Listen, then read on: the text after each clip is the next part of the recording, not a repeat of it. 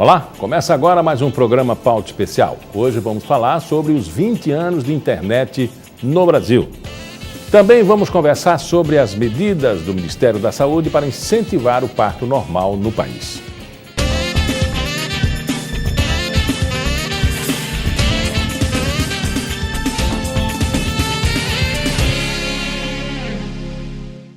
Em maio de 2015, a internet completou 20 anos de funcionamento no Brasil. Durante esses anos, a rede mundial de computadores foi ganhando espaço na vida do brasileiro até ficar totalmente integrada no nosso cotidiano. Quem passa pelas ruas, alheio aos acontecimentos, nem imagina que a internet comercial está completando 20 anos no Brasil. Por aqui, a rede se desenvolveu a partir de 1987, mas só no meio acadêmico, com acesso restrito a professores e pesquisadores de universidades. Quem diria, na década de 70, o país já tinha desenvolvido seu primeiro modem. Mas, no seu início, a internet não foi idealizada para uso do público. A maior parte da população não sabe, mas a tecnologia da informação surgiu por interesse militar. Durante a Guerra Fria entre os Estados Unidos e a União Soviética, os americanos queriam desenvolver um sistema que armazenasse o maior número de informações possíveis e que, mesmo depois de uma guerra, esses dados permanecessem disponíveis. Surgiu a internet. Os primeiros sites de busca só apareceram no Brasil entre 1994 e 1995. Tempos depois, a computação móvel permitiu que muitos dados pudessem ser acessados de qualquer lugar e a qualquer hora através de aparelhos como um simples celular.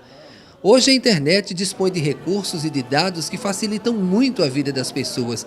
Mas como seria viver sem ela nos dias de hoje? Você se imagina, hoje em dia, sem a internet? Não. Por quê? Porque não, que é meio de vida, né? Todo mundo se conhece. Arrumei minha namorada na internet, né? É necessário, né? Para tudo hoje que você procurar é na internet. E para falar sobre esses 20 anos de internet no Brasil, eu converso agora com o professor da UFAL e doutor em comunicação, Sivaldo Pereira.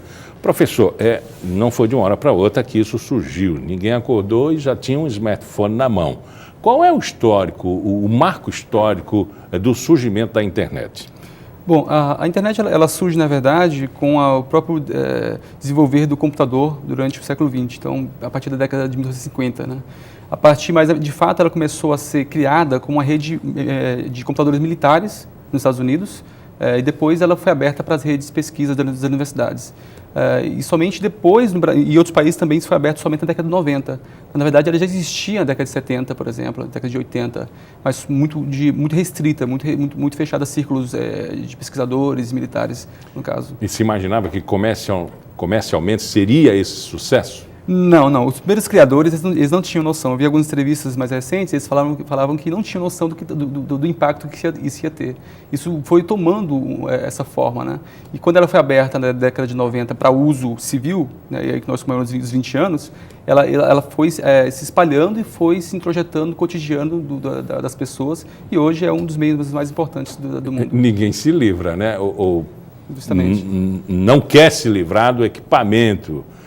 A gente viu na matéria, as pessoas elas abraçam aquilo como se fosse parte integrada do corpo, quase. Justamente, né? Faz parte da cultura. Na verdade, então, a nossa cultura hoje, ela faz parte, ela tem esses equipamentos como parte da sua dinâmica. E é inevitável. Então, e ainda, no caso das gerações mais recentes, as pessoas que nasceram de 15 anos para cá, elas nasceram com a internet. Então, elas não conhecem o mundo sem internet. Então, para um jovem de 20, 18 anos, para ele pensar o mundo sem internet é impossível. Pensar a cultura sem internet é impossível.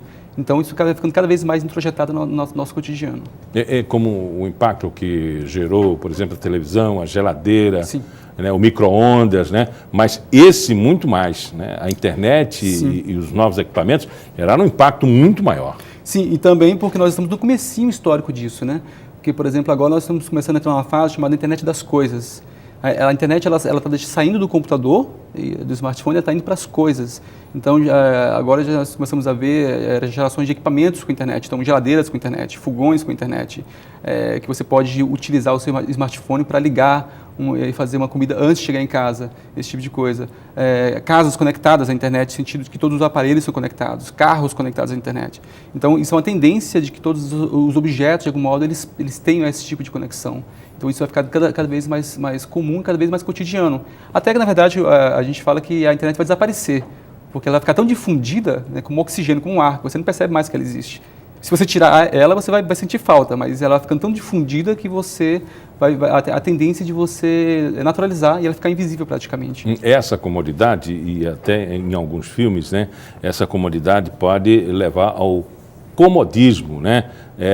A uma sociedade estanque, sem exercícios físicos, mas também, por outro lado, com bastante tempo de fazer outras atividades. O senhor apostaria num futuro diferente desse panorama? Eu acho que a internet, havia muita expectativa, alguns anos atrás, algumas décadas atrás, de que a internet ela isolaria as pessoas. E havia estimativas de que o consumo de papel ia diminuir, por exemplo, porque as pessoas não precisavam mais usar papel, só usariam tela. Mas, na verdade, não é bem o que acontece. As pessoas utilizam a internet para a vida social. Embora tenha pessoas que se isolam, muitas pessoas utilizam a internet para marcar encontros presenciais, inclusive, para se encontrar presencialmente. Então, isso acaba também que ela não isolou tanto o cidadão, embora haja muitos casos de isolamento, claro, né, mas são casos específicos. Então, isso vai ficando cada vez mais naturalizado, cada vez mais digamos, cotidiano na vida do cidadão. Talvez as pessoas que se isolam, elas se isolariam, quer tenhamos internet ou não, que aí iria para um livro, justamente, iria para uma outra atividade.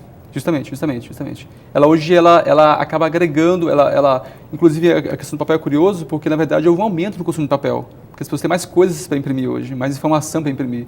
Então ela não é uma mídia que necessariamente isola o cidadão, depende muito do seu perfil. Então se você tem uma tendência para isolamento, você vai naturalmente, ela é uma mídia que ela é muito individual, muito específica. Então você não precisa assistir coletivamente, você pode ficar com ela isoladamente. Então quem de fato tem tendência para isolamento, isso pode aumentar esse padrão. Que seria uma contradição para a linha de pensamento de nuvens, por exemplo, você ter que imprimir para arquivar. Hoje ninguém arquiva, né?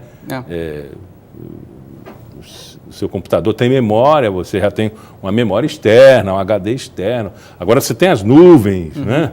Como é que introjetar esse pensamento na cabeça de um cidadão que nasceu antes da década de 90, por exemplo, né?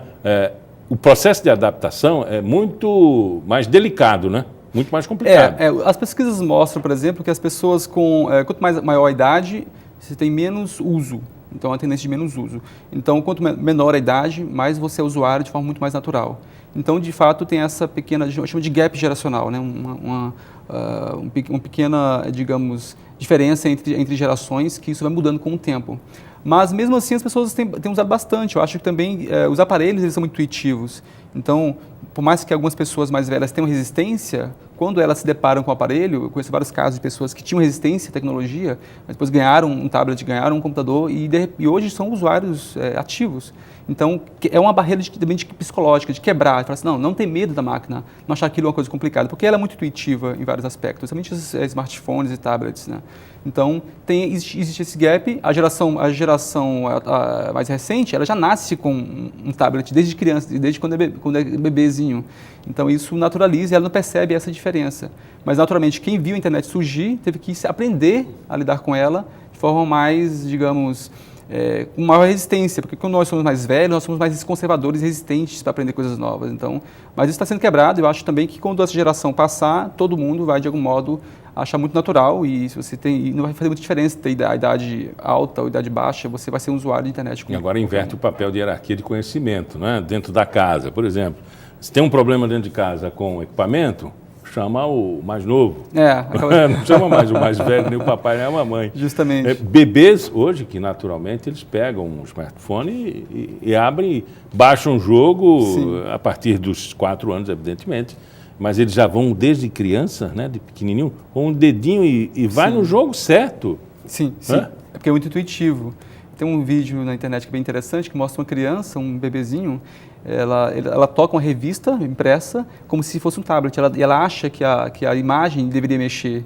Então ela acha que o dedo dela está com problema, ela coloca o dedo, testa o dedo dela na perna para ver se o dedo dela está com problema. Na verdade, para ela, porque toda imagem mexe, porque ela estava acostumada a usar um tablet. Então essa naturalização é que está acontecendo. Ainda não se estudou essa lógica, né? E essa influência direta ao corpo. Pelo menos não vi nenhuma teoria, nenhuma tese, ninguém estudando isso. Mas isso pode influenciar psicologicamente, e temos uma geração assim, muito ligada à internet, à máquina, a geração, eu esqueci o nome, geração Y, né? Uhum. Isso pode influenciar na psicologia da pessoa? Sim, naturalmente influencia, mas eu acho que nós estamos tornando isso algo que não tem sido, digamos, gerado problemas, eu diria. Eu acho que as pessoas elas têm usado a internet para fazer coisas normais, coisas cotidianas. Então, então os casos que geram problemas psicológicos são casos isolados, de pessoas que tinham tendências, na verdade. Mas, naturalmente, há fases da vida que são mais complicadas. Então, às vezes, você é um adolescente tem uma fase que é mais tensa, mais densa, e isso pode gerar um certo isolamento. Então, depende muito, ela tem esse tipo de característica. Mas, no geral, ela não tem gerado problemas psicológicos. E aqueles problemas gerados de ordem judicial, está explicado que mesmo o comportamento que se tem no cyberbullying, por exemplo, ou nos crimes relacionados à internet, eles seriam cometidos normalmente pela pessoa no seu cotidiano. Claro, sim. No caso de crimes cibernéticos ou, por exemplo, invasão de privacidade, é uma questão nova. Então, há vários casos, por exemplo, aí são casos de fato de adolescentes que se suicidam porque tiveram imagens íntimas divulgadas online por colegas ou coisas desse tipo. Então, esse é um tipo de problema que de fato acontece. Então a internet também ela tem seus problemas, certo? Ela traz uma série de benefícios, ela traz mais informação, você tem acesso mais ao que está acontecendo, você consegue procurar informações por si próprio, de algum modo se esclarecer por outras fontes, se você tiver interesse em sabê-las. Mas também há problemas de privacidade, então a invasão de privacidade. A internet também, os aparelhos digitais como um todo, eles são aparelhos que propiciam vigilância digital. Então tudo que você faz no aparelho digital está sendo registrado. Então hoje você consegue resgatar o trajeto da vida de um dia de uma pessoa, tudo que ela fez durante o dia. E você se desnuda ali diante do equipamento, né? Então, por exemplo, hoje em dia há já alguns registros de hackeamento de câmera, por exemplo. Então, recomenda-se, por exemplo, que as câmeras devem ser fisicamente fechadas. Então, por exemplo, se você tem um computador, que você mantém ele sempre ligado, ele tem uma câmera, recomenda-se que você coloque um pequeno adesivo na câmera, porque há casos de craqueamento, de hackeamento de câmeras. Então, pessoas que ativam sua câmera, filmam você, às vezes trocando de roupa, coisas desse tipo, e depois chantagiam você. Então, por isso que é importante também ter esse mecanismo de segurança, de privacidade e também, enfim, criar mecanismos desse tipo, que você possa se resguardar, né, contra esse tipo de ataque. Professor, muito obrigado pela entrevista. Ok, obrigado. E depois do intervalo eu converso com o obstetra Thelma Henrique sobre as diferenças entre parto normal, humanizado e cesárea.